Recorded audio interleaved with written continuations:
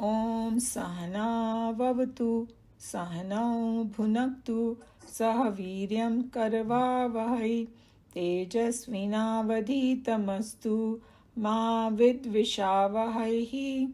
Om Shanti Shanti Shanti. Hari Om Shri Gurubhyo Namaha. Hari Om. वसुदेवसुतं देवं कंसचाणूरमर्दनं देवकी परमानन्दं कृष्णं वन्दे जगद्गुरुं कृष्णं वन्दे जगद्गुरुं. So we are on chapter 10. Yes. And last time we finished verse 39. It's a long commentary. But because it was a very, very important verse last time, now Bhagwan is concluding this chapter.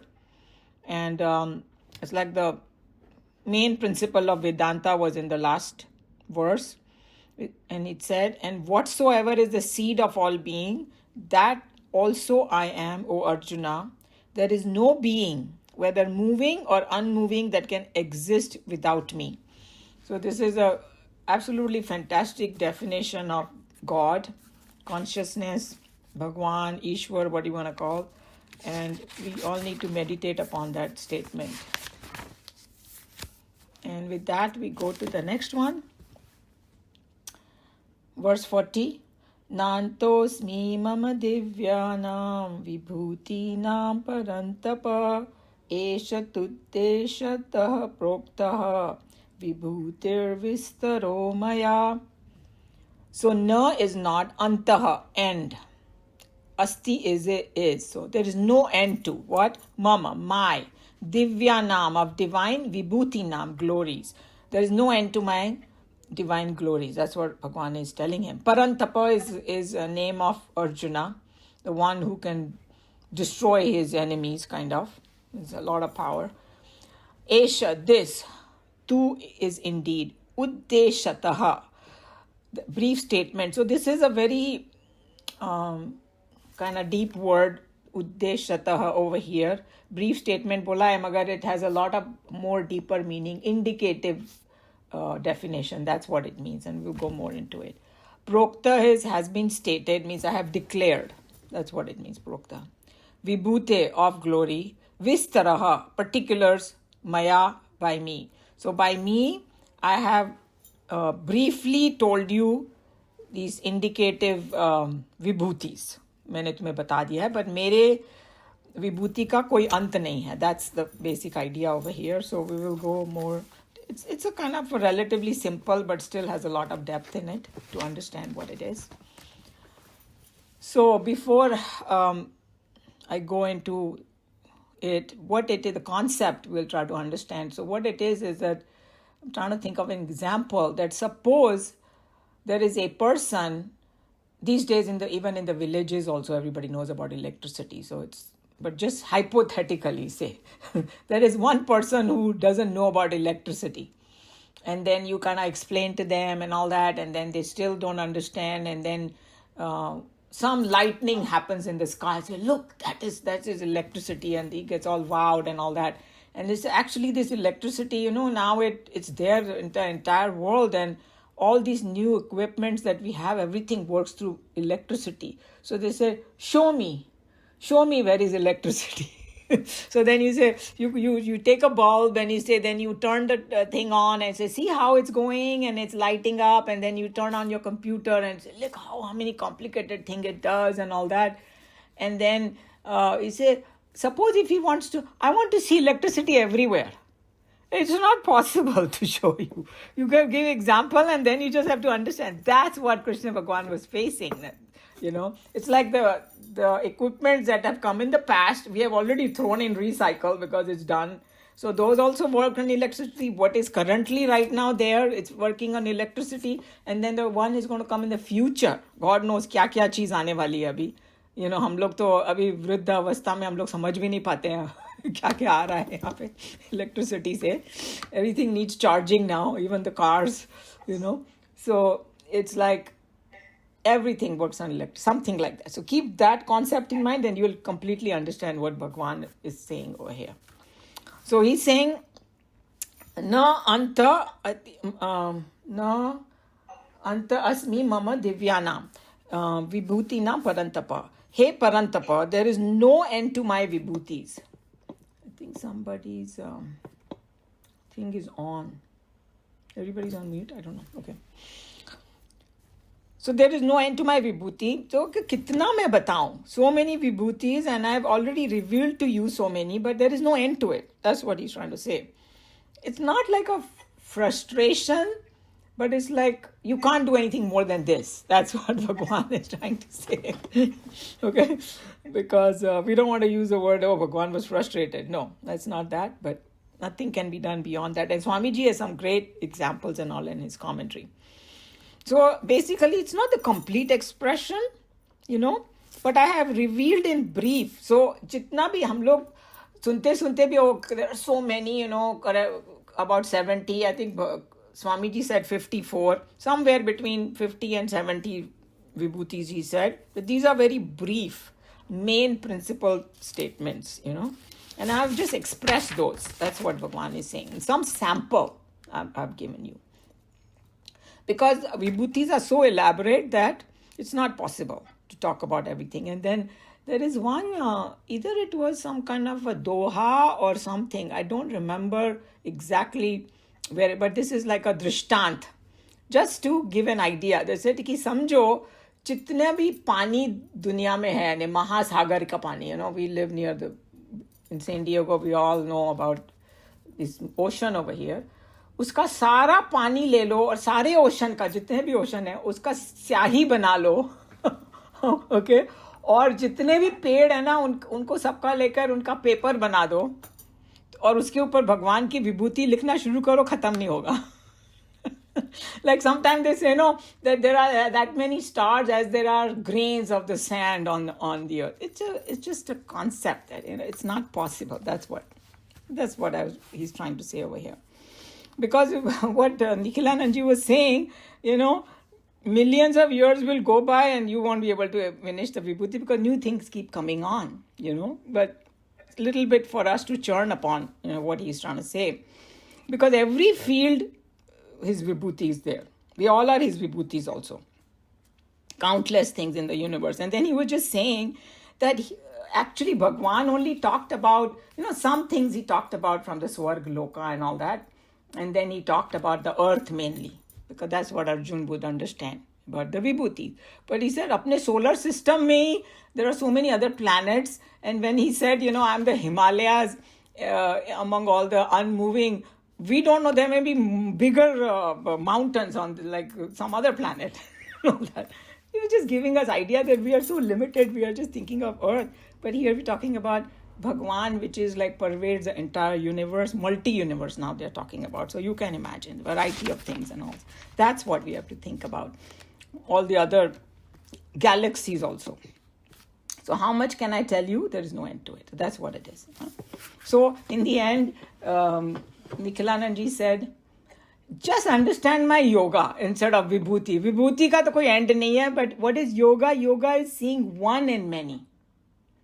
That's seeing that oneness. So that is we should be able to strive to do that after understanding what vibhuti is. That's what you should focus on. So that was a good point.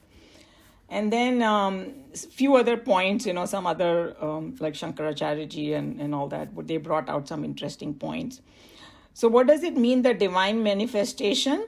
That main things Bhagwan is trying to say, and he said it in that previous verse, that the universe is infinitely pervaded by God.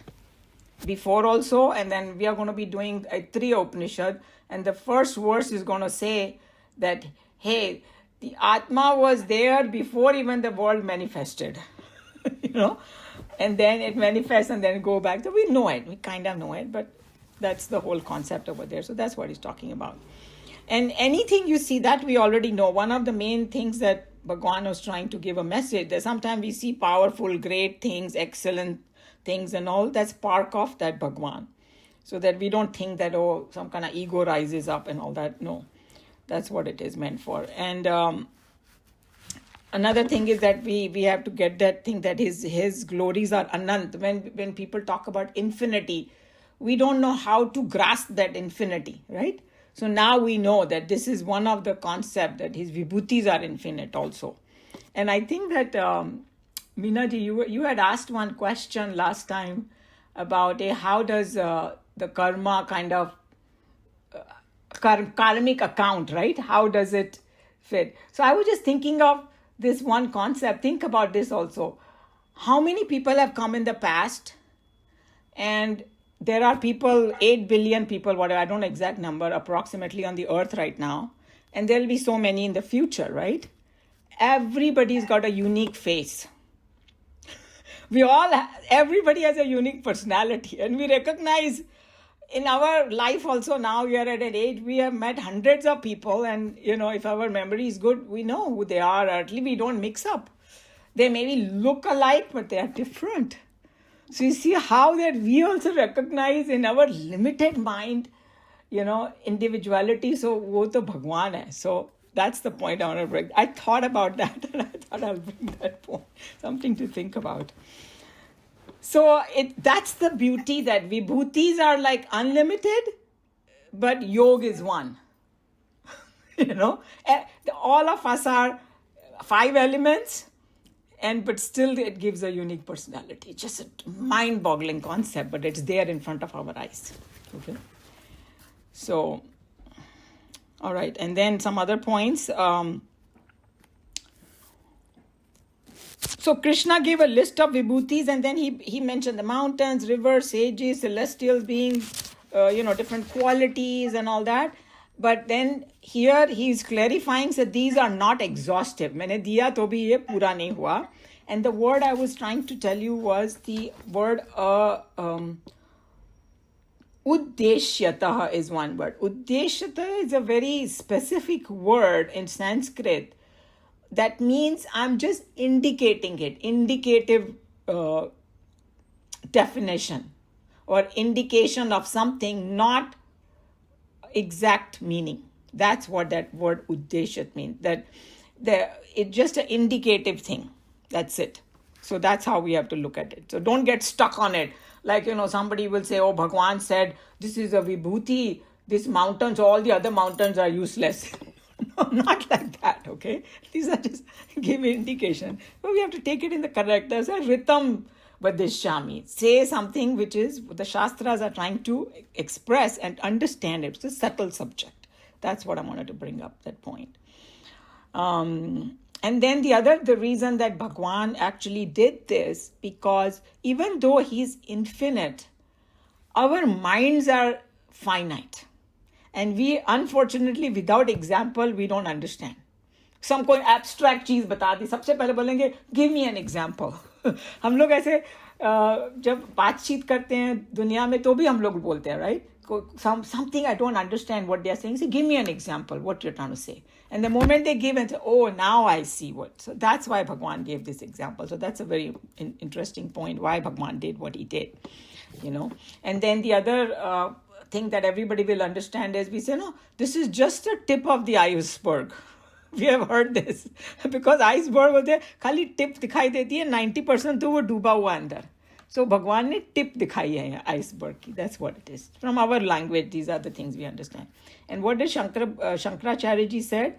That because there is no end to Bhagwan's vibhuti, only a small selection has been told. We know that. And the intent, what is the intent of Bhagwan? To inspire meditation on the Lord. Because sometimes we struggle. Hey, how should I think of Bhagwan? So he gave pointers. So beautiful that, if you are struggling with meditation, then this chapter is very, very good.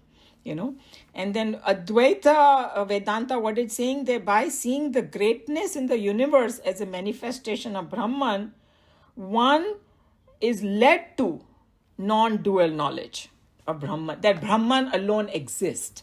Okay, so that's the whole idea behind what Bhagwan did over here. They're showing that, but leading to that.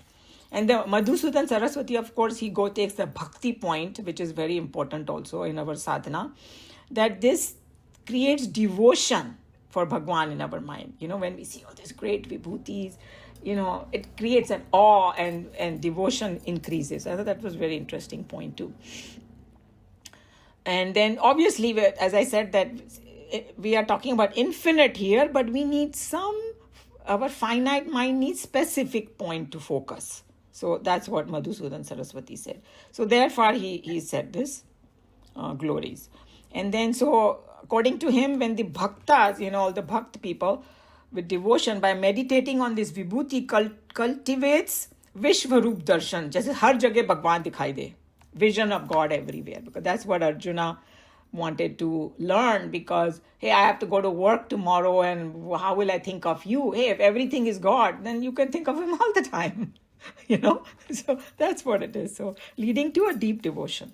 So the final summary of the entire 40, what it says, that Krishna's divine manifestations are endless, but he's given a brief statement, indicative list. And then what does it doing? They give devotee a concrete form to meditate upon, nurturing love for God. And then what will happen? These vibhutis will direct the seeker to attain the knowledge of Brahman. That through this, we will understand the nature of Brahman. That's the whole idea about this vibhuti, because we are coming to an end. So we have to understand the whole thing. Any question or comment?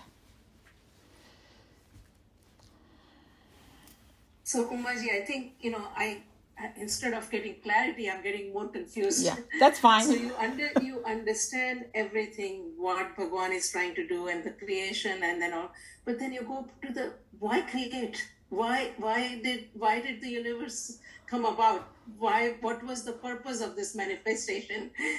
It's like sometimes, forget about the manifestation of the world. That's a very hi-fi thing. Even in the world, why do we do certain things? Some people who don't connect to sports, वो बोले क्या पागल की तरह खेल रहे, एक दूसरे के पे गिर रहे, मर रहे, and then people are paying $500, $1,000 ticket for what? It just right. So and kids, you if you want to know why it was created, you sit down with a 2 and 3 or 4-year-old child.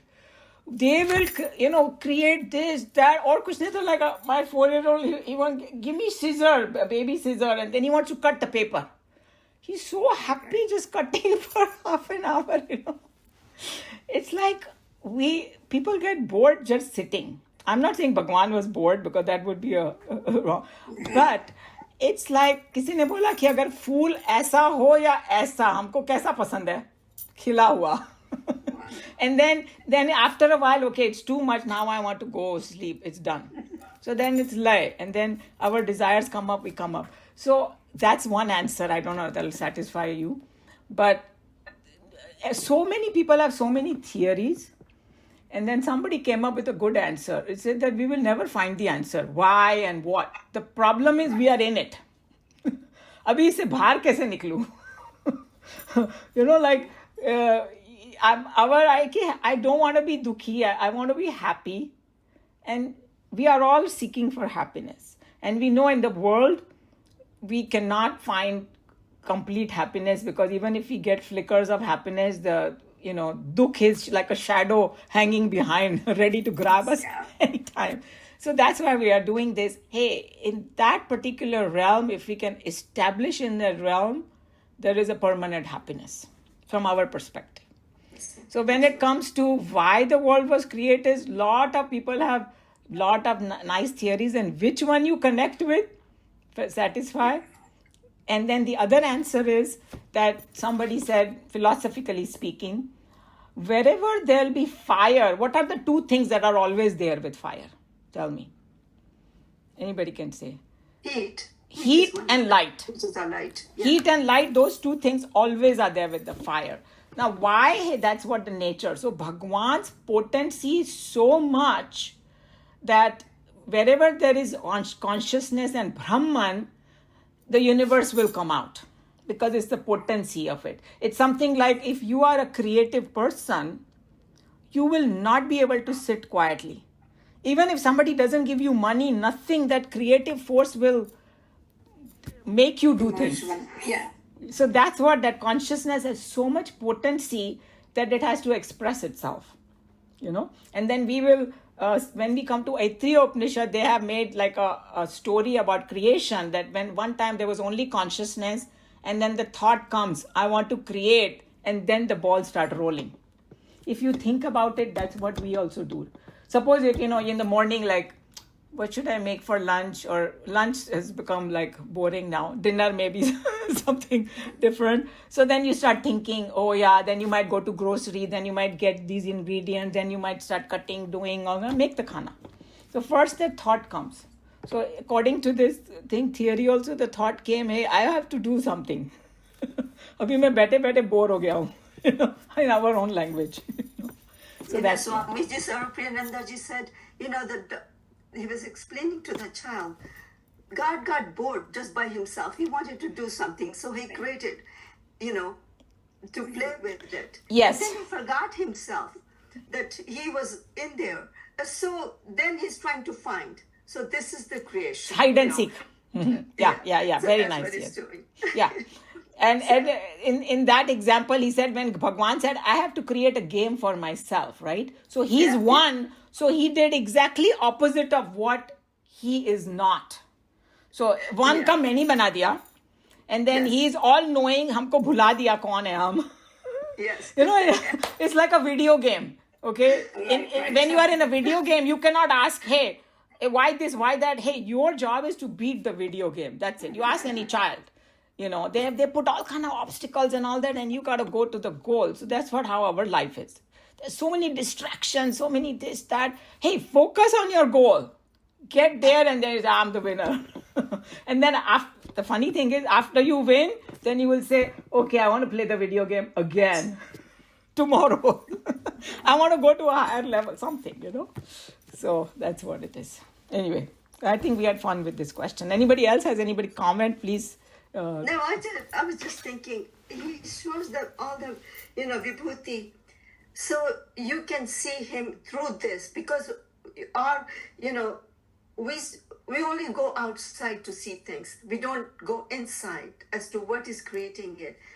That's what the Vibhuti is. So see him. So that's good for Bhakta. This also tells us that the essential behind each and the manifestation is what? The single pointedness.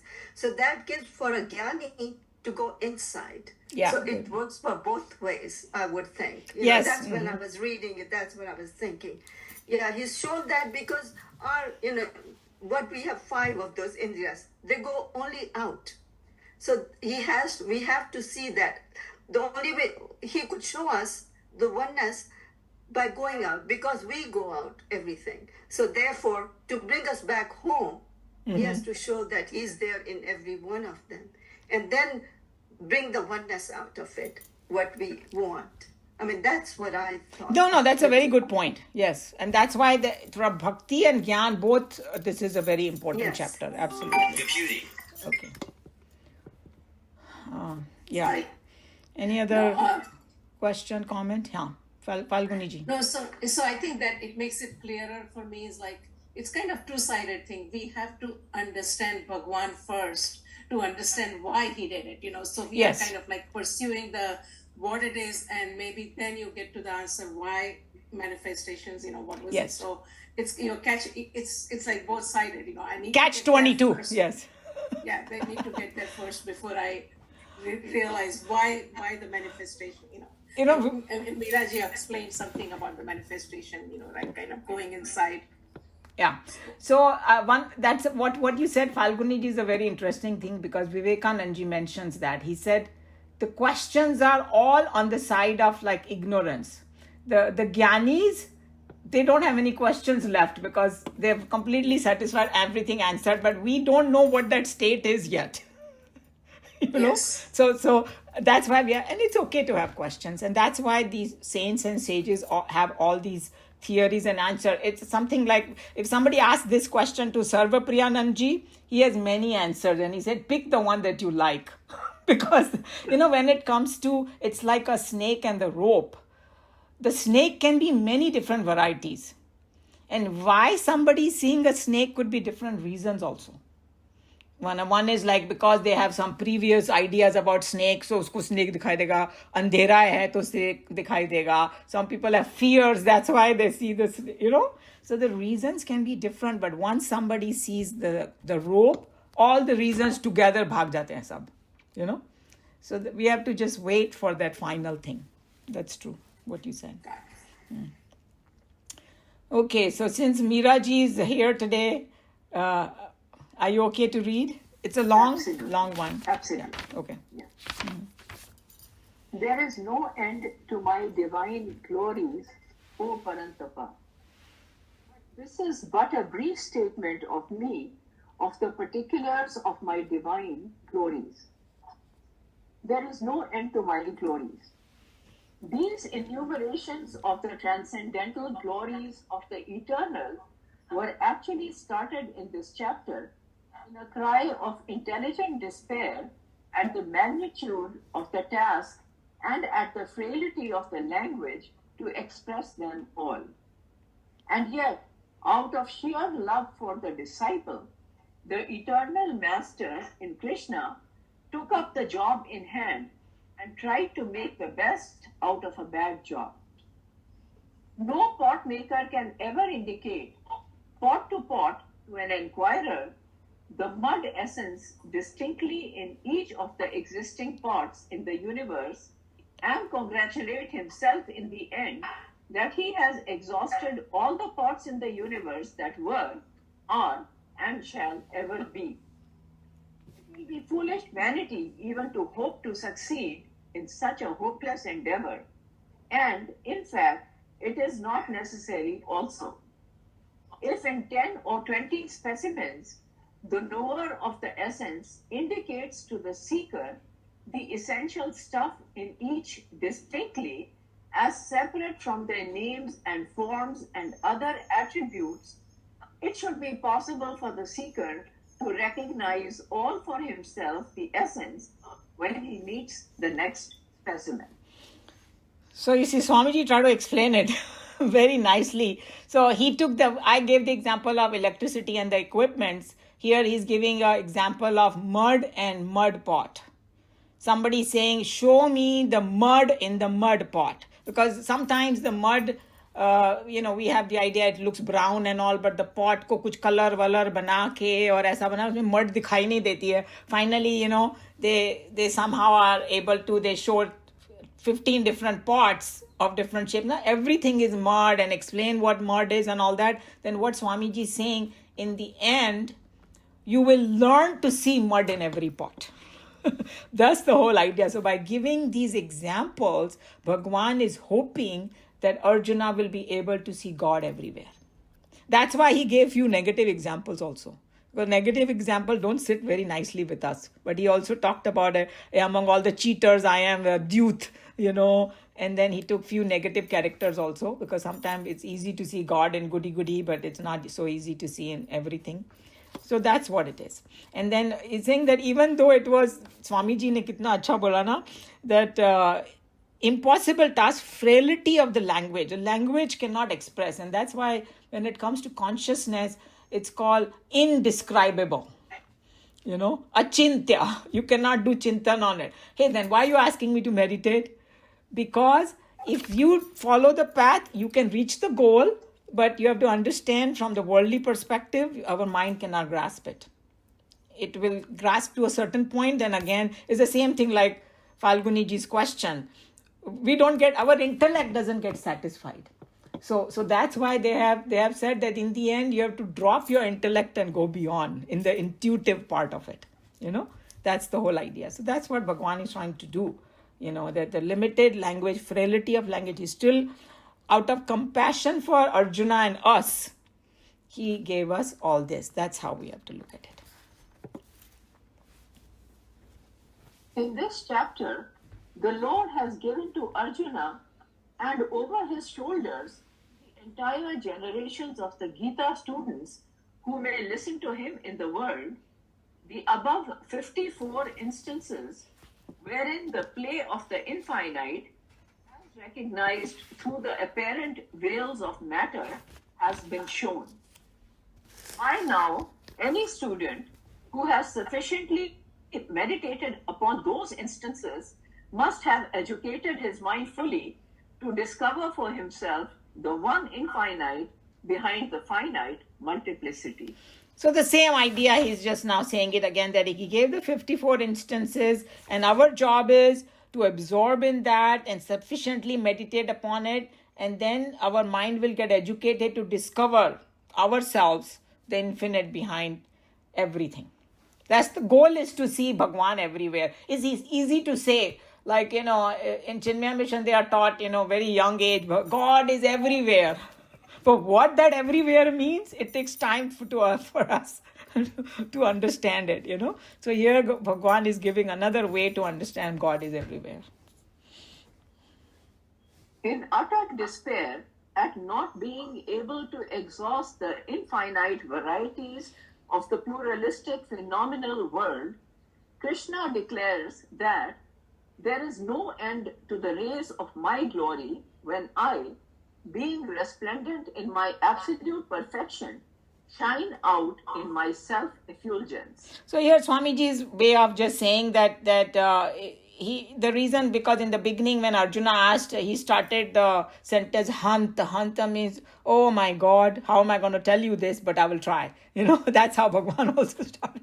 I was just thinking that some worldly example, I go and stand, near the ocean, and I said, can anybody count how many waves come in this ocean? We can't. Right? It's been going on for like God knows how many million years, and it will continue. There's no way. Okay, so that's the kind of question it was. So he's just saying that it's, in the end, it's like all the waves are water. So that's what he's saying, that everything is my effulgence coming out.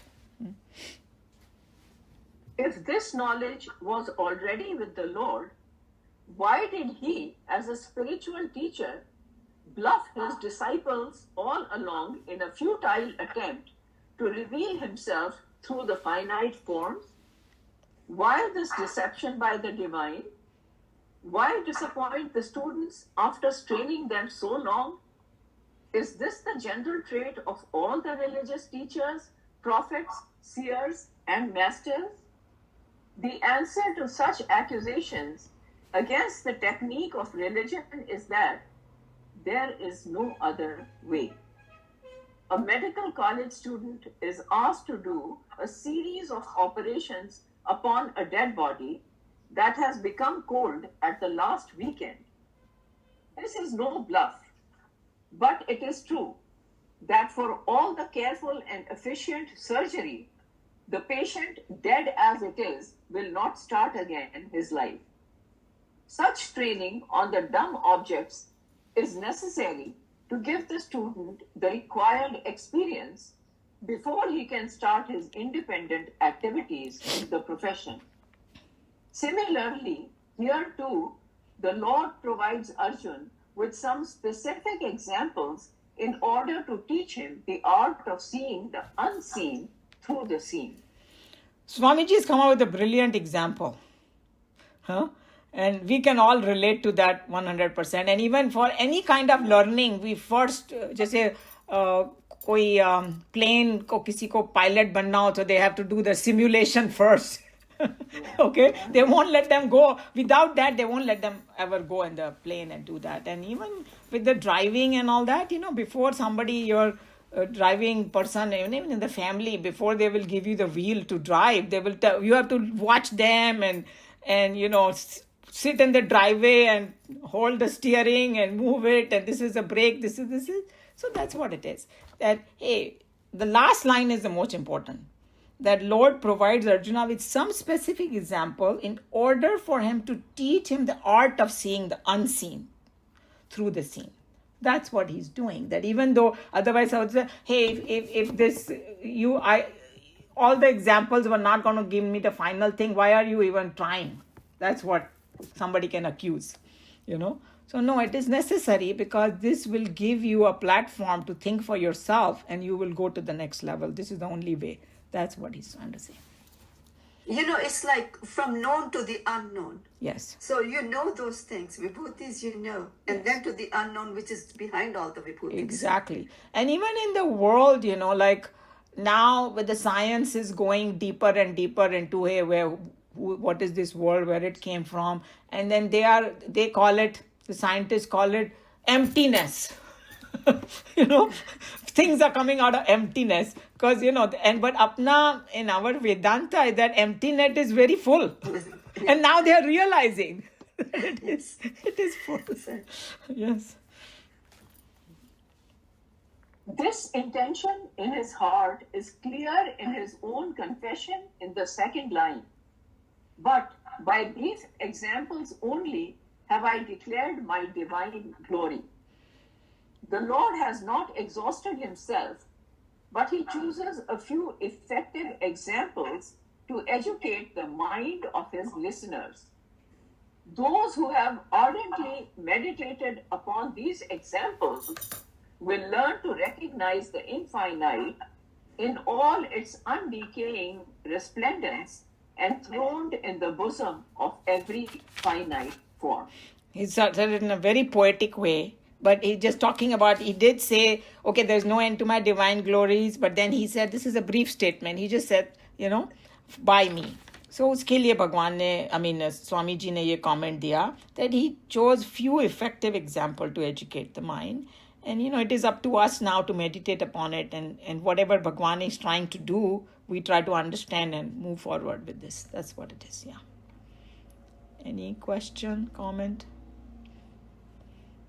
I was thinking about, when we say that the scientists call it emptiness. Even if we look at the atmosphere right now, it looks clear. We can see, through the atmosphere, we can see everything. But how many different waves are in there, which is our computers are catching, our TV. Now our TV is also all wireless, right? Because we everything is streaming, and that service that I have, internet is a wireless internet that I have in my house. So there are no wires anymore connected.